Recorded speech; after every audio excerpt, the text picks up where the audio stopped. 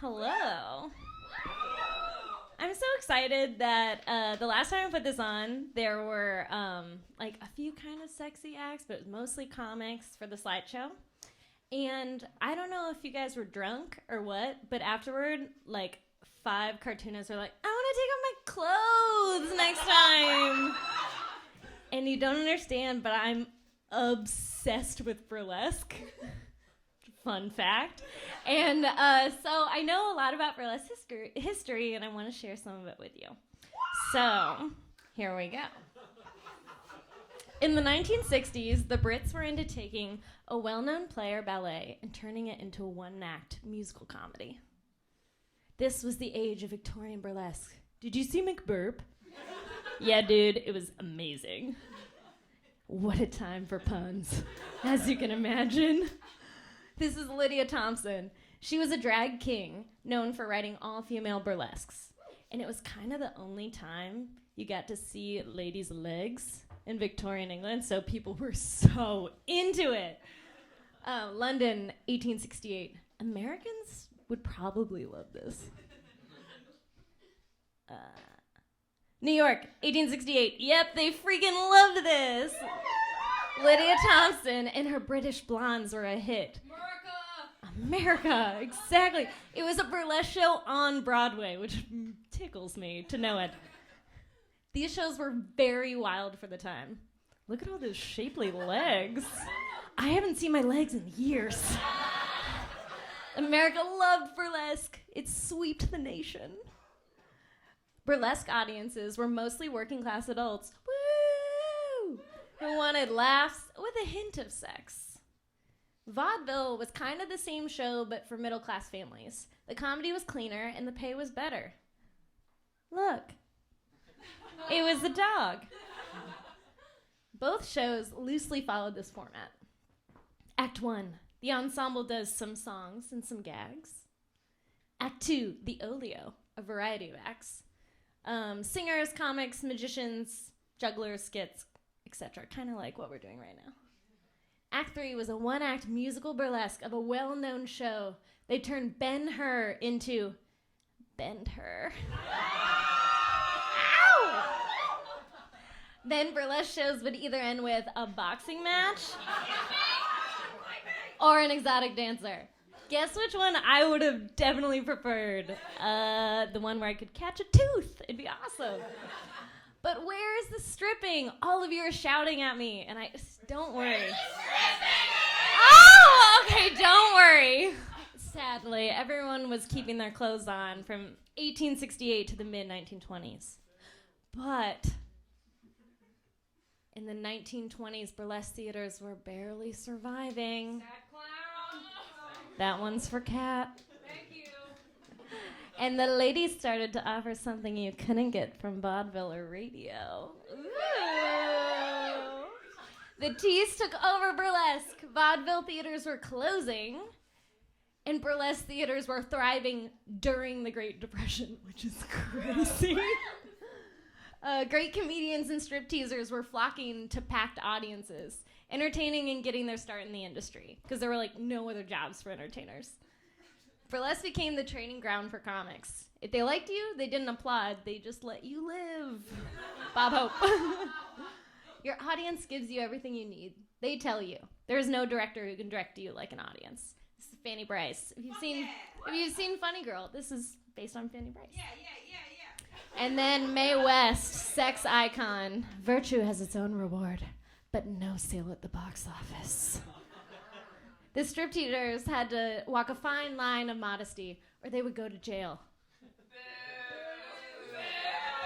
Yeah. All genitals had to be covered, as well as women's nipples. But no harm done, because it led to the invention of tassel twirling. Take that, police! Yeah! Yeah! Let's all unite. Okay. Each burlesque queen had a signature gimmick. You gotta have a gimmick if you want to get ahead.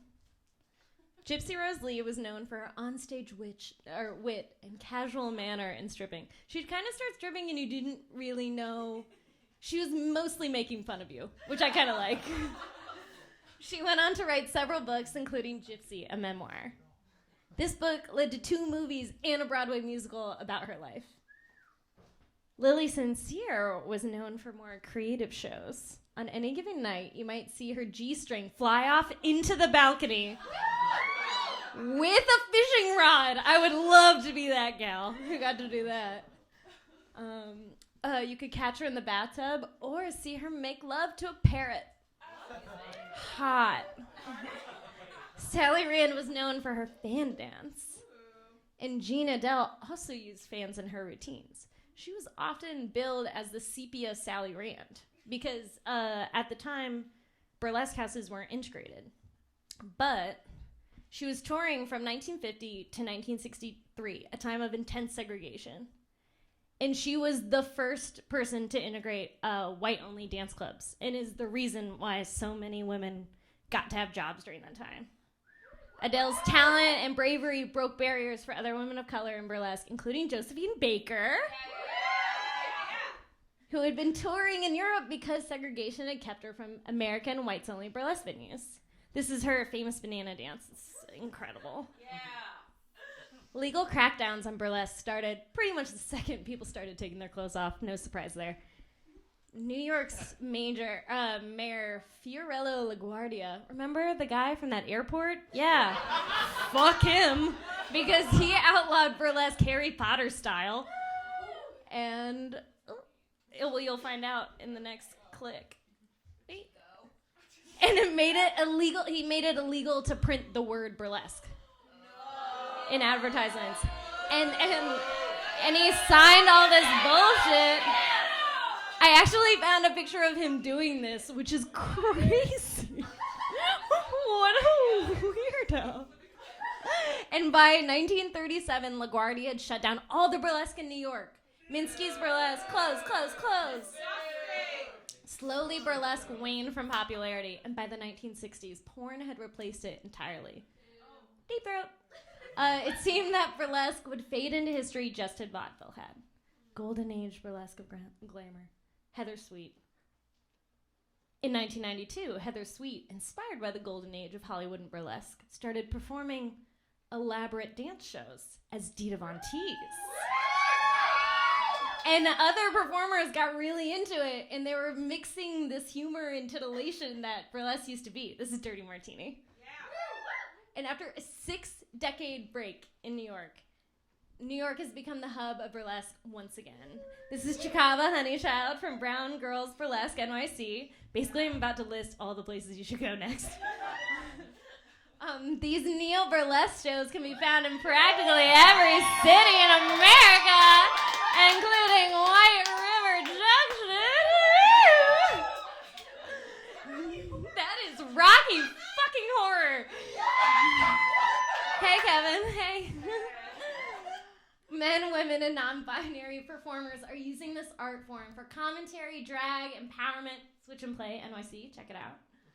And, of course, to tease. Thank you so much!